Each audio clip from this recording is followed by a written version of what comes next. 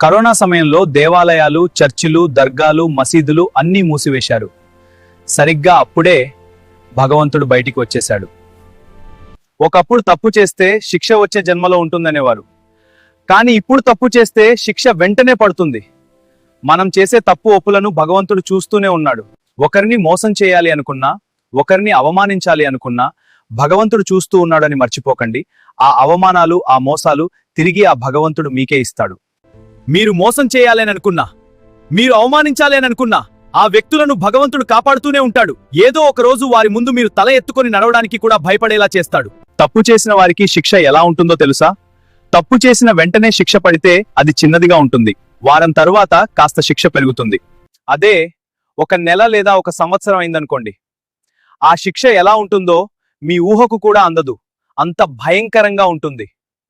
ఇక బ్రతికినన్ని రోజులు ఈ బ్రతుకు ఎందుకు బ్రతుకుతున్నామా అనే రీతిలో ఉంటుంది. మంచి మనుషులుగా బ్రతకడానికి ప్రయత్నం చేయండి, లేదా ఆ భగవంతుడు వేసే శిక్షకు సిద్ధంగా ఉండండి. ఇలాంటి వీడియోస్ కోసం ఛానల్ని సబ్స్క్రైబ్ చేసుకోండి, లైక్ చేయండి, షేర్ చేయండి, కామెంట్ చేయండి. నెక్స్ట్ వీడియో కోసం ఎదురు చూడండి.